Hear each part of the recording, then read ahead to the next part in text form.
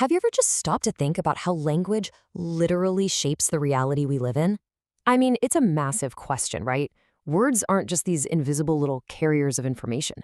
They're actively building our social world. They encode power, and they influence how we think. Honestly, mostly without us even realizing it. So, welcome to this explainer. Today, we're going on a seriously fascinating journey to see how two heavyweight academic disciplines join forces to completely decode modern communication. We're going to take a PhD-level linguistic framework and make it accessible, visual, and most importantly, highly practical for you. Okay, here's our roadmap for today. First, we're looking at two distinct approaches to language. Then, we'll meet the discourse analysis family and see exactly why combining these approaches is basically a methodological match made in heaven. After that, we'll walk through the CAD cycle, and finally, we'll apply the whole thing to some real-world research. All right, let's jump right into Section 1, two approaches to language, scale versus context. To really grasp how we decode modern communication, we got to introduce our two main characters. Historically, these two disciplines lived in slightly different worlds, but their convergence, that's where the magic actually happens.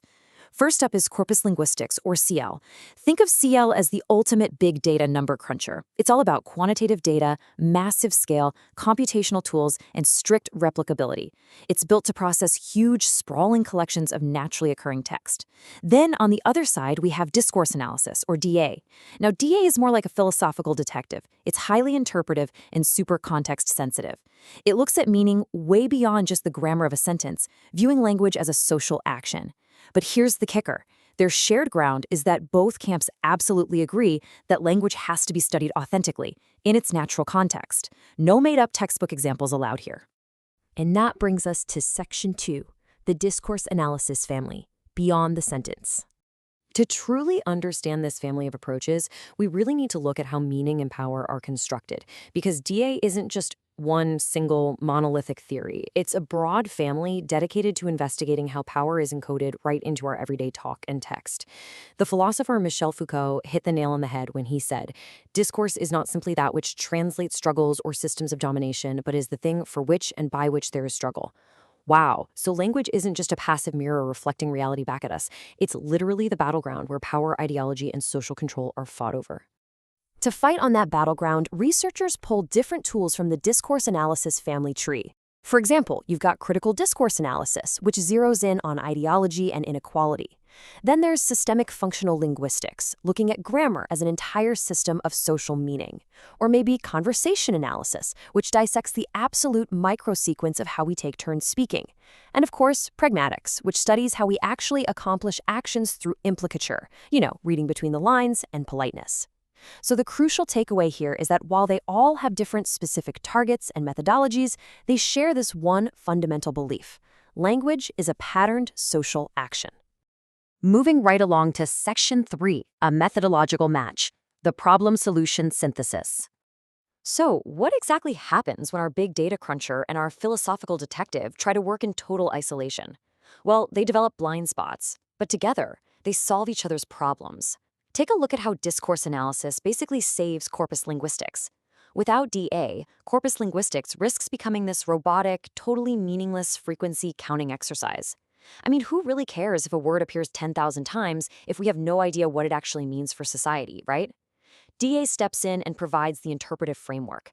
It brings in social theory to connect those cold, hard data points to power and ideology. Plus, it provides the contextual sensitivity needed to stop researchers from just blindly aggregating data, demanding the qualitative depth of a really close read. Now, let's flip it around. How does corpus linguistics rescue discourse analysis? Well, traditionally, DA relies on a researcher picking apart just a few texts, and that makes it highly vulnerable to cherry picking, just selecting the examples that happen to perfectly fit a researcher's prior political or social assumptions. CL completely fixes this. By analyzing millions of words at once, it provides empirical scale and representativeness. It ensures replicationability, so other researchers can actually go in and check the work. It provides objective statistical quantification, and honestly, perhaps most importantly, it discovers totally unexpected patterns. It's the ultimate guardrail against our own confirmation bias. Which brings us perfectly to Section 4, the CAD cycle, combining scale with depth. When you formally integrate these two disciplines, you get this beautiful 6-step cycle, known as Corpus Assisted Discourse Studies, or CADS. This is where big data truly meets deep meaning. And it's iterative, meaning it naturally loops back on itself. You start out at step 1 by building your massive data set, your corpus. Then, step 2, you explore it without any prior hypotheses, just seeing what the computer actually finds. Step 3 is identifying recurring patterns, and step 4 is concordance analysis, which is just looking at those patterns in their immediate textual context. Then, in step 5, the human comes back into the loop heavily, applying DA to interpret what those patterns mean socially. And finally, step 6 involves triangulating those findings and contributing back to linguistic theory. It's an amazing workflow. To show you exactly what happens when scale meets interpretation in this cycle, we have to talk about a brilliant concept called semantic prosody. Semantic prosody is basically the systematically positive or negative evaluative coloring that a word acquires through its typical environment, often entirely below our conscious awareness. Put simply, words carry hidden baggage based strictly on the company they keep. Here is a fascinating example from researcher Michael Stubbs back in 2001. Let's take the word cause. Now, if you look it up in a dictionary, it looks perfectly neutral, right? It just means to make something happen. But when Stubbs ran it through a massive corpus, he found it overwhelmingly collocates, meaning it frequently sits right next to negative outcomes. We naturally say, cause damage, cause problems, cause harm. So across thousands of texts, this supposedly neutral word actually holds a completely hidden negative ideology. Think about it. If a politician says they're going to cause a change, your brain subconsciously associates that change with damage or harm without you even realizing it. It's wild. And that takes us to our final section, Section 5, Research in the Real World, Power and Ideology at Scale.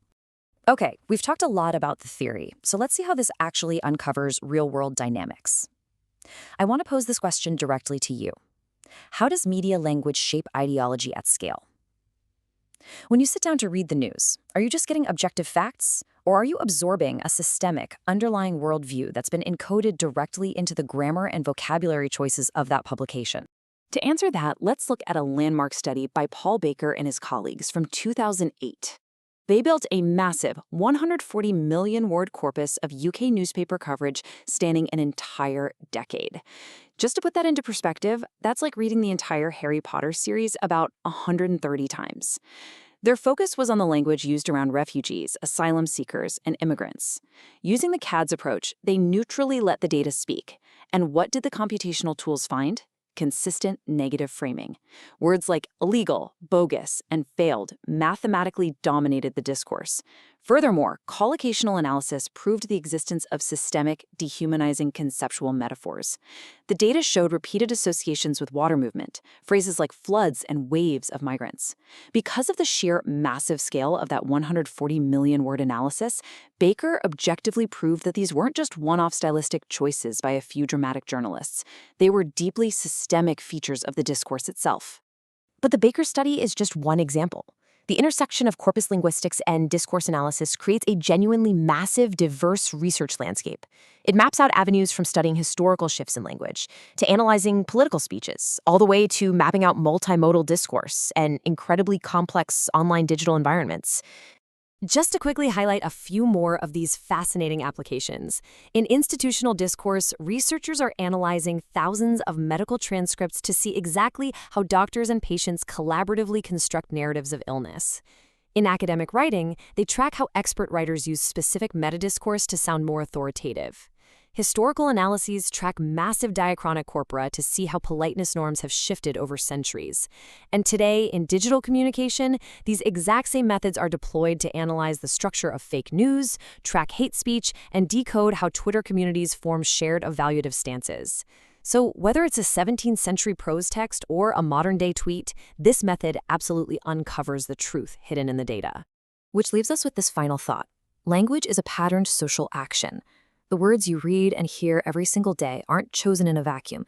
They carry the weight of millions of prior uses, carrying hidden baggages, prosodies, and ideologies. So I leave you with this provocative question to ponder. What hidden ideological patterns are shaping the reality you consume every day? The next time you read an article or hear a speech, look a little closer at the patterns. You might be surprised at what the data is trying to tell you. Thanks so much for joining me on this explainer, and keep questioning the words around you.